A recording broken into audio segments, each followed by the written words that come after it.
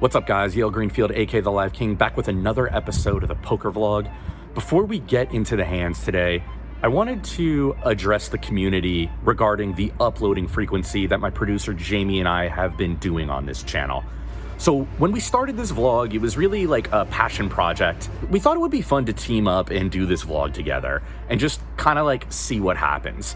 I sort of joke and say it's something cool to do before I die, in that like I'm trying something new. I'm an old dog learning new tricks. I think it's been really invigorating for my life. Now, with regard to the schedule, here's the plans going forward. Between now and the World Series of Poker, I have a ton going on.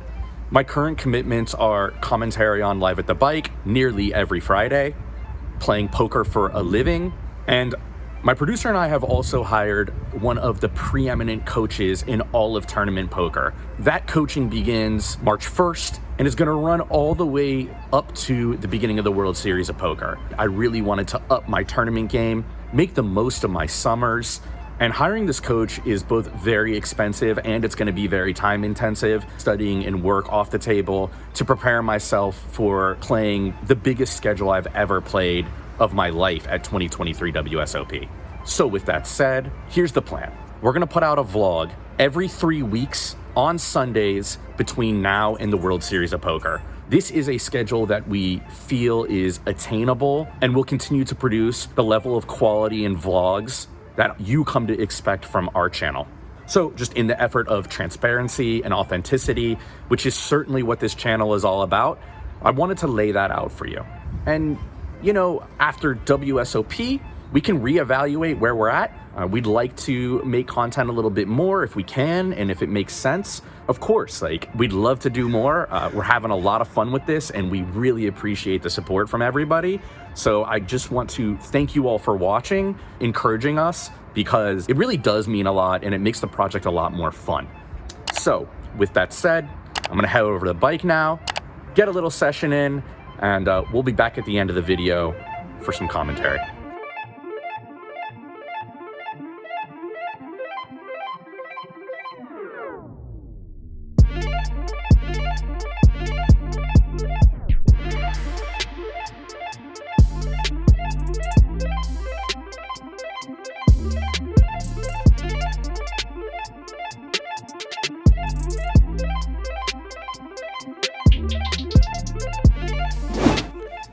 Today, I'm coming at you from the Bicycle Casino in Los Angeles, home of the latest epic Phil Hellmuth blow-up. In this first hand, I've got Jack 7 of clubs in the cutoff and make it 75 to go.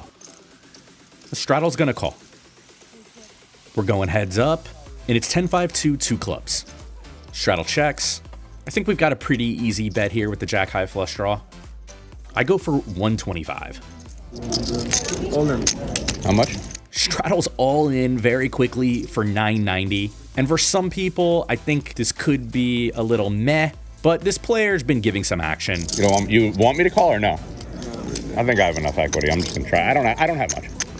I'm gambling. You want it twice? I don't think they allow it in this game. Here we go. That's me. I don't know if it's you.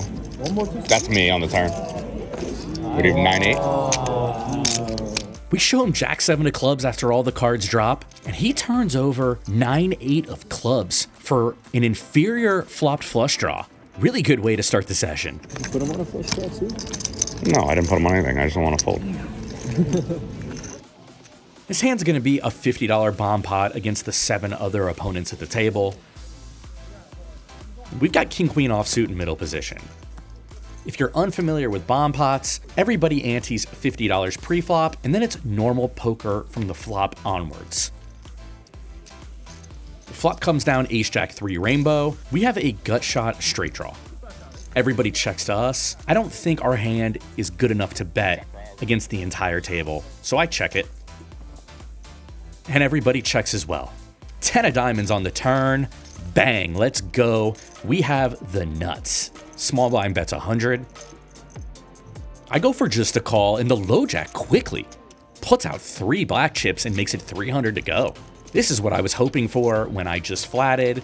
The table has been wild and crazy over this first 45 minutes of play, and I really felt like somebody might raise behind when everybody looks this weak. Small blind's in there, he's called, and with the action back on us, we definitely have to raise here, get value with our nuts after we lay the trap. And as we go for a hefty raise, the low jack massively tilts and just launches his cards out there. I settled on a raise to $1,600. Did you see? I didn't see. I saw diamond. Yeah. Okay, 1 diamond. And now something weird occurs as he launched his cards into the air. He flashed a diamond, which is a really significant card on a 2 diamond board. Small blind's gonna call, and we're off to a river, which is a 6 of diamonds, so now the flush is in. Both the small blind and I know that a diamond has been flashed, and he's somebody who's very capable of bluffing. Wild player. All in. And the small blind's all in for 1850 effective. Nice hand. We call, and we get smacked in the face by 8-7 of diamonds. We seed a massive $7,600 pot. And I just feel against this guy, he's someone who can bluff. He knows the diamond came out. We just got to give him action here with a hand as good as this. I'm feeling pretty stung from last hand, but I've got jacks in the small blind. And man, do I love jacks. Hijack's opened to $150. He'd been doing huge opening sizes all over the place. You can see him in the very back of the screen, top right corner. He's eating a little bit of food. And the cutoff, who is a very, very tough Japanese pro, he plays online Zoom poker when he's in Japan, live poker when he visits the US, raises it up to 525. So I'm gonna go for a little 4-ball here, pocket jacks, and make it 1,300 to go. Back to the 3-better, the Japanese pro. And eventually he does let it go, so we drag a bunch of dead money with a cold 4 from the small blind. I've been folding for quite some time, and now I've got king queen off, facing a $150 raise from middle position, and I'm gonna go for 450 from the cutoff, looking to isolate and get value from the player we've been tangled up with all day, top right corner of your screen, and he's reaching. Now he's gonna make it 1,500 to go here. He does do some 4-betting, but it's usually mostly with premium hands. King queen off isn't a super strong hand in sequence, so I just let this one go. Here I've got ace queen of clubs in the big blind. The button and most active player at the table limps. The small blind pops it to 150. In this instance, I go for just a call, trying to keep the button in and maybe play a big pot with him and not just play against the super strong pro who opened from the small blind. Unfortunately, the button folds, and now we're heads up with a very strong player. Whatever you guys want. I'm down to do whatever. Flop comes down king jack 7, 2 hearts, and now the small blind goes with a bet of 110. I really like this bet from him. It's a good board for his range, and I think when he does bet facing my call, he's gonna wanna use small sizes primarily. In my shoes, I think it's a low frequency raise or a call, which is what I decide to do this time. I wanna see a turn. The 10 of hearts hits the turn, giving us the best possible straight. However, flushes are present now. Small blind's thinking a little bit, and eventually settles on a check, which I think is good. I think this is a pretty big equity shift towards us. We have way more flushes in range than he does. He, of course, has hands like 2 pairs in sets. My hand isn't at the top, and I don't think it's a 2-street value hand, so I check it back. 6 of spades on the river. That's a pretty big blank. Now it's just a question of what he does, and he goes for a bet of 325.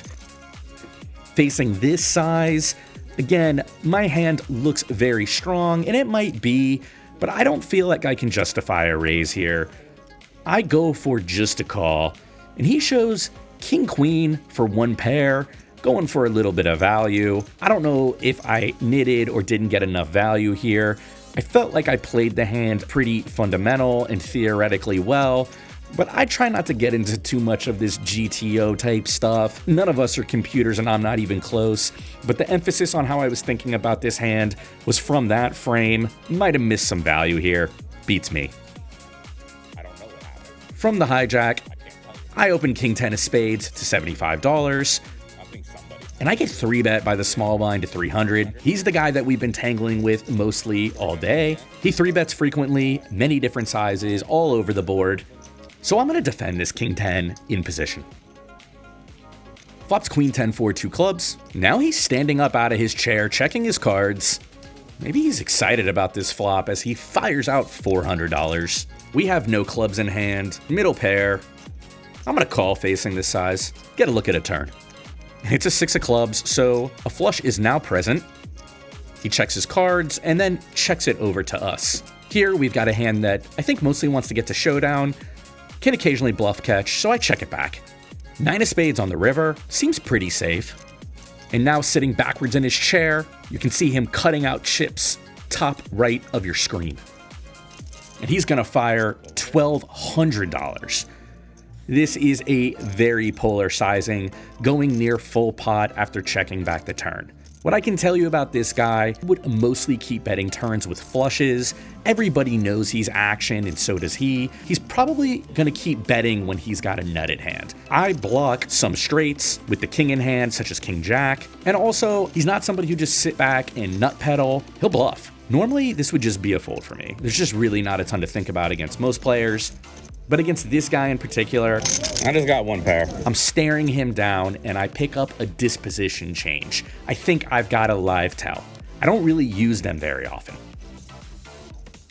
So when I think it's close and I think I've got a live tell that favors me, I put in the call.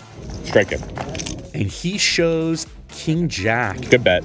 For a rivered straight. And this is why I never use live tells. It's not that they aren't real. It just so happens to be that I'm fucking awful at them. Nice hand for him, $3,820 his way. We're about 6.5 hours into the session. We pick up number 1, pocket rockets. 60. Low jacks open to 60. We shoot it up to 210. We've got a cold call from the big blind, the same dude we've been tangled up with repeatedly. Low jacks in there as well. 3 of us hit this 10-6-2-2 clubs flop. They both check it to us. We go for a bet of 350. Quick call from the big blind. And the low jack's gonna get out of the way. Heads up to the turn with our nemesis, and it's a 5 of diamonds. Doesn't change too much. 2 flush draws are now present, clubs and diamonds, and he checks it to us. And now I go for 1,200, a very chunky bet. I want to protect these aces and get full value. The big blind is going to call here. This pot is ballooning, and it's an 8 of hearts on the river. He checks it. There's 3,740 in the middle. I do think it's kind of close in terms of what is there left to get value from at this point. Definitely a strong 10 or maybe over pairs. Remember, he did cold call the 3-bet pre-flop. All in. So we go Rip City all in, $2,500, and it's a very quick fold from the big blind. So probably just a misdraw. We're on the comeback trail now a little bit after being stuck like a truck. And we're shooting up to 125 in this one. The stakes have changed. It's 10, 20, 40, no limit. Big blind's gonna call. And the straddle is gonna pop it to 3.25. Now this is a very, very small 3-bet size. I don't really know if I 4-bet here, if it's value or if it's bluff, but my inclination is that it's value. Thus, I do go for the 4-ball and make it 925. Big blind Spaniard, he's out of the way. And we're gonna play heads up with the 3-better, mano y mano. Here we go again with this guy. And it's 7-5-4, 2 clubs. I'm all in. And he's all in. 5,300 effective. We've got squadoosh. And this hand promptly into the muck. Coming off that wild king jack, we've got pocket 9s in the low jack. 75. We pop it up to 75. Hijack calls. He's been playing a lot recently. He owns a cool coffee shop. It's called MCO in LA. I haven't yet been, but it looks awesome. Go check it out if you got a little bit of time. Small blinds raise it up to 275 here. He's the same dude that we've been battling nonstop, and I might be getting a little gun shy after that king jack. So I just flat. Okay, why not? Hijack says, okay, why not? He's in there as well. Let's do it. It's a three-way, three-bet pot. The flop's 10-8-5 with 2 spades. Small blind checks. This is kind of a cool spot to do something a little creative and non-intuitive. Sure, there's one overcard on the board to our 9s, but I'm gonna fire 275. And fortunately for us, the hijack gets out of the way, and the 3-better's shown a little bit of weakness here. He's gonna peel, and I think we're mostly just ahead right now. So the flop bet works out well in my opinion. We get an 8 of hearts on the turn pairing the middle card. He's gonna check it to us again, and here again another interesting spot. How much 8x does this guy really have in range? Beats me, but I presume not a lot. So I'm firing for value once again for 500, and he quickly lays it down. This is a fun little hand, not something you're gonna see from me a lot. One more hand for the road. It's been a wild session where we've been stuck basically the entire time. We've got ace queen off, and make it $75. Button isn't having it. He's gonna pop it to 175. It's a pretty small size. I think 4-betting would make a lot of sense here, but getting this price, calling probably okay too. I don't really know. Mixing, all that, who knows? This time, we just go with the call. Flops queen 5-3-2 clubs, and we check it over. He's gonna pump it 300 into 380. With our top pair, boss kicker, I think raising could be okay, but facing this really large size, I just go with a call. 8 of hearts on the turn. We quickly check. He's gonna check back very fast. 9 of hearts river, and I don't think he's particularly strong here. I go with the check hoping he bluffs. We see him reaching and cutting some chips and firing out 800. Again, a very polar size. We've seen this from him before. It's burnt us in the past. Obviously, we call. He shows king 10 of spades for absolutely nothing, and we get a little bit of our money back. And after a really long session, it's time to hit the road and give up. I'm gonna kick it over to me in the outro, give you some thoughts.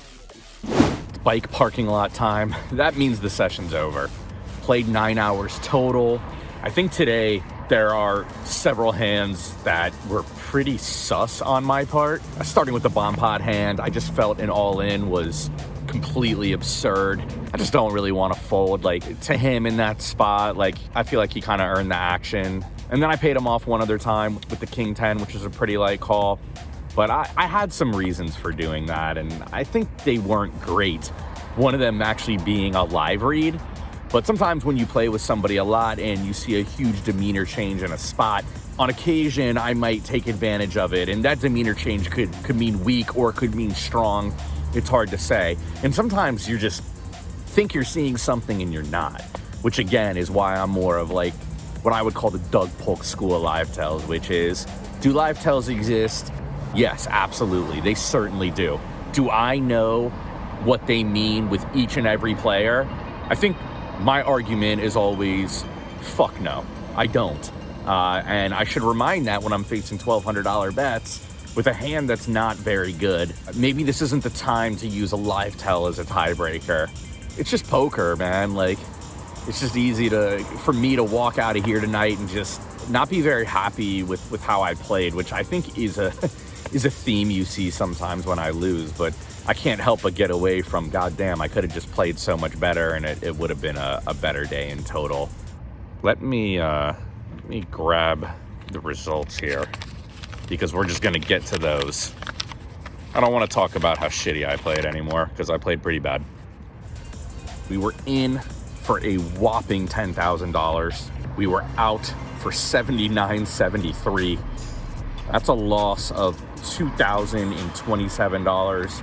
So not that bad. I think at peak, I was probably down close to 5K at least. I think all I can really do is go review the close spots and just come back and try to play better next time.